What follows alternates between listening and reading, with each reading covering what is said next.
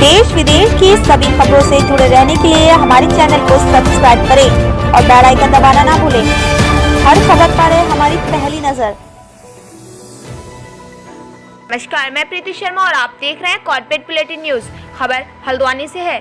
हल्द्वानी में भारतीय जनता पार्टी के कार्यालय में जिला अध्यक्ष प्रदीप बिष्ट के द्वारा एक प्रेस वार्ता की गई, जिसमें प्रदीप बिष्ट के द्वारा मोदी सरकार के 1 साल के सफल कार्यालय के बारे में प्रदीप बिष्ट के द्वारा बताया गया कि वैश्विक महामारी कोविड-19 के चलते प्रधानमंत्री मोदी के द्वारा 20,000 लाख करोड़ का पैकेज दिया गया।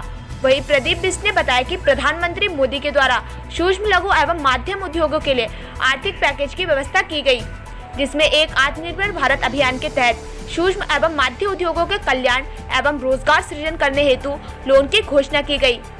सूक्ष्म लघु और माध्यम उद्योगों को दी गई, जिसमें लघु उद्योगों को अतिरिक्त क्रेडिट सुविधा प्रदान करने के लिए 20,000 करोड़ गारंटी योजना शुरू की गई।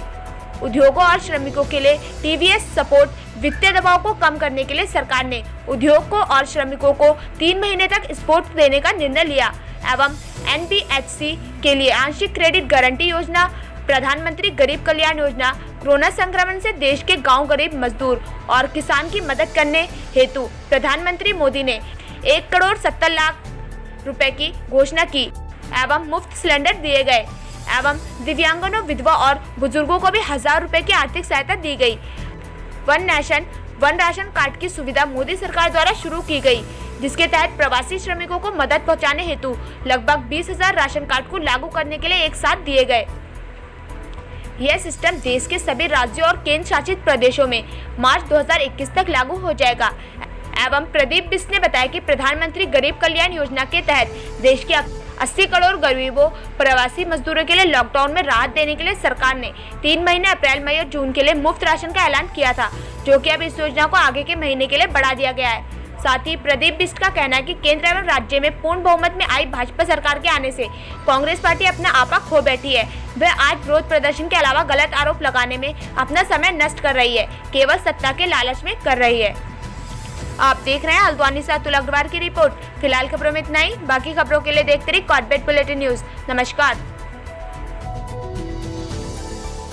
सरकार को घेर रही है, इसके बारे में क्या कहना चाहिए? कांग्रेस सरकार को कहाँ घेर रही है? कांग्रेस तो आपस में एक दूसरे को घेर रही है। कभी प्रीतम सिंह हरीश रावत जी को घेर रहे हैं, हरीश रावत जी इंदिरा हृदय जी को घेर रही हैं, इंदिरा हृदय जी प्रीतम सिंह जी को घेर रहे हैं। कभी आप बताते हैं हरीश रावत जी और इंदिरा हृदय जी एक हो गए, कभी आप बताते हैं इंदिरा हृदय जी प्रीतम जी एक हो गए, कभी आप बताते हैं प्रीतम जी हरीश रावत जी एक हो गए।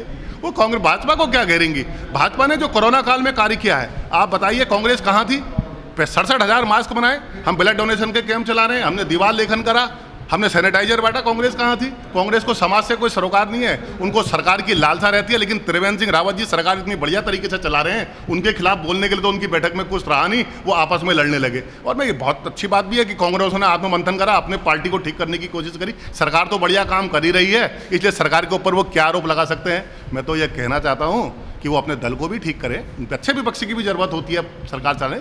लेकिन मैं गर्व के साथ कहता हूँ, त्रिवेंद्र सिंह रावत जी ने इस कोविड काल में जो उत्तराखंड को कोविड से रक्षा करने में कार्य किया, या उत्तराखंड को पूर्व में भी आगे बढ़ाने का कार्य किया है, ये ऐतिहासिक है। आप लगातार देख रहे होंगे कैबिनेट में से ताबड़तोड़ फैसले हो रहे हैं, चाहे नर्सें हों, डॉक्टर हों, किसानों के लिए हों, श्रमिकों के लिए हों, सबको आदरणीय त्रिवेंद्र सिंह जी भी आगे बढ़ाने का काम करें। कांग्रेस मुद्दा विहीन है, इसलिए जो सब सेमिनार करेगी तो आपस में उनके सिर फुटबॉल होगी, क्योंकि सरकार के खिलाफ बोलने के लिए उनके पास कुछ है ही नहीं। मोदी जी के कार्यकाल के 1 वर्ष पूर्ण होने की बहुत बहुत शुभकामनाएं। और किस तरीके से 1 साल पूरा किया और आगे की क्या रणनीति है, आगे कैसे कार्यकाल चलाया जाएगा, किन चीज़ों को महत्व दिया जाएगा? देखिए, हम गर्व के साथ कह सकते हैं माननीय प्रधानमंत्री नरेंद्र मोदी जी के दूसरे कार्यकाल का 1 वर्ष एक गौरवमयी है, एक ऐतिहासिक कार्यकाल है जो इतिहासों में लिखा जाएगा। भारत को एकरूपता मजबूत बनाने से लेकर आत्मविश्वास जगाने तक का कार्य सरकार ने किया है। और जिस प्रकार देश में कोविड और पूरी दुनिया में कोविड की महामारी आई, उससे निपटने के लिए जिस प्रकार सरकार ने कुशल प्रबंधन किया, आज पूरी दुनिया, देश का प्रत्येक नागरिक, आप सब लोग भी समय समय पर उसकी सराहना करते रहते हैं। मैं गर्व के साथ कह सकता हूँ, विशेष औद्योगिक पैकेज जहाँ श्रमिक से लेकर उद्योगपति तक की चिंता करी, वहीं प्रत्येक सेक्टर, वो किसानों का सेक्टर होगा, कृषि का सेक्टर होगा, वह मत्स्य पालन का सेक्टर होगा, वह श्रमिकों का सेक्टर होगा, वो रक्षा का सेक्टर होगा, वो देश को इंफ्रास्ट्रक्चर बढ़ाने वाला होगा, और सबसे महत्वपूर्ण वोकल फॉर लोकल, आत्मविश्वास जगाने का जो काम आदरणीय प्रधानमंत्री जी ने किया है, मैं उसमें बहुत ही गर्व करता हूं। और मैं ही नहीं, देश का प्रत्येक उद्योग करने वाला जो अपने को कहीं पीछे महसूस कर रहा था, आज अपने को आगे महसूस करता है। और जिस प्रकार आदरणीय प्रधानमंत्री जी ने अपील करी थी, वो लोकल चीज़ों को, उत्पादों का प्रयोग करें।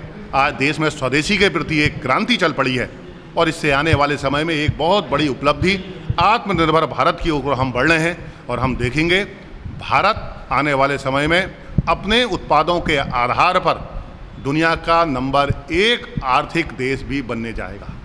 और मैं धन्यवाद देता हूं आदरणीय प्रधानमंत्री जी को, और यह निवेदन और आग्रह करना चाहता हूं, इसी प्रकार चाहे कोविड की महामारी से आपने जो कठोर एवं जनप्रिय कानून बनाए, आगे भी जनता इस देश की आपके साथ है। इसी प्रकार देश को आगे बढ़ाने के लिए जो आपने कार्य किए हैं, आप इसी प्रकार आगे बढ़िए, पूरे देश की जनता आपके साथ है। जी, बहुत अच्छा कार्यकाल रहा, इसके बारे में कुछ कहना चाहेंगे? देखिए, आपने खुद ही उसको विवाद कहा। जी, जब अच्छा काम होता है, श्रेष्ठ काम होता है, अवरोध भी पैदा होते हैं। दुनिया को भारत की तरक्की इतनी जल्दी पचने वाली नहीं है। अब भारत वो भारत नहीं है जो नजरें झुका के बात करे। ये नरेंद्र मोदी जी का भारत है, जो गलवान में भी चीन से आंखों में आंखें डाल के बात करता है, और बिना गोली चलाए उन्हें पीछे हटने पर मजबूर भी करता है। यह